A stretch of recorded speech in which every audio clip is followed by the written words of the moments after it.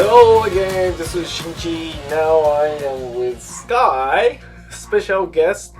So I want to talk about the how I flew into Bahrain or why I flew into the Bahrain, right?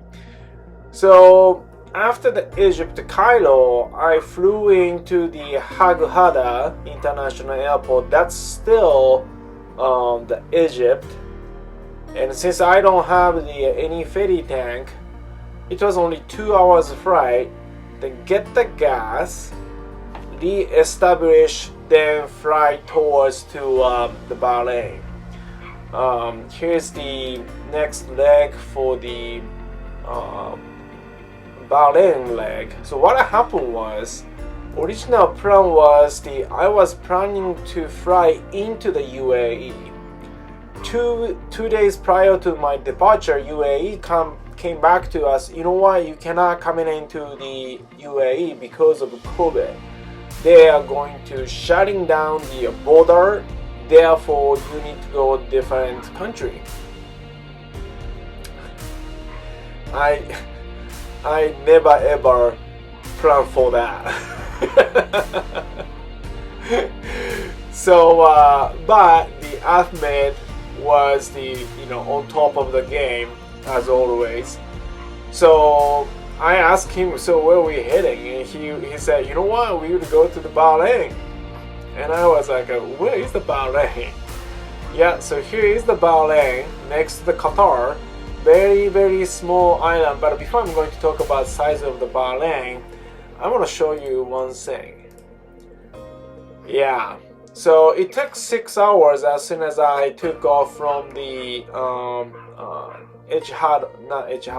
the Hurghada International Airport, Egypt, towards the Bahrain.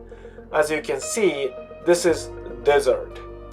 So flying over the desert, I was flying at the 14,000 feet, of course using oxygen. It was a bumpy and it was in the sandstorm. That was crazy like hell. And I was like dancing like this non-stop. So I was so exhausted, and in fact when I getting close to the Bahrain, this is the Bahrain itself. It's very small island country. Yeah, that was crazy. And I have a couple of pictures for you, so I'm going to stop here. So this is one of the example, condition of my flight. You can see the desert, and you can see the layer of it, and the Lucy is getting dirty. It's crazy. And non-stop. It's like this. After the landing, when I checked the leading edge of the prop, that became the white propeller instead of black, prop. That much Lucy was biting the sun while she was flying over the desert. Then the temperature was so hot, and I think I have somewhere I captured the where was it? I think this one. Yeah, this is Celsius. So yeah, that was a night 88. Hottest point was 106. That week about average is 100. And the below is 90, so it doesn't change. In fact, when I was descending from the 14,000 towards to the airport from 3,000, the temperature never changed. So the flight deck became that hot sauna, hot tub. That was crazy hot. And because of heat, you know what? The Lucy drained about 6 gallons of the fuel because of heat. So in general, airplane keeps the fuel inside the wing, right? since the sunlight heated up the wing surface, it's going to be slow, so expand. Therefore, you need to throw away the gas. But the airport people thought this red airplane is broken, and we have issue. I was panic when I got the email, because the airport people told me that I cannot go back to the airport to check the Lucy until you depart. So I thought, she's absolutely broken, that somehow, right? But the Lucy was, technically, what the design for. So everything was fine, but not because of heat, we had another issue. That was COVID. So I will explain the situation more with the map. Okay, now you can see the Bahrain location. And like I said, original plan was that they're heading to the UAE, but the UAE said you cannot come in. So next stop was the Karachi, Pakistan. That was the original plan, but the issue became from the Karachi and on.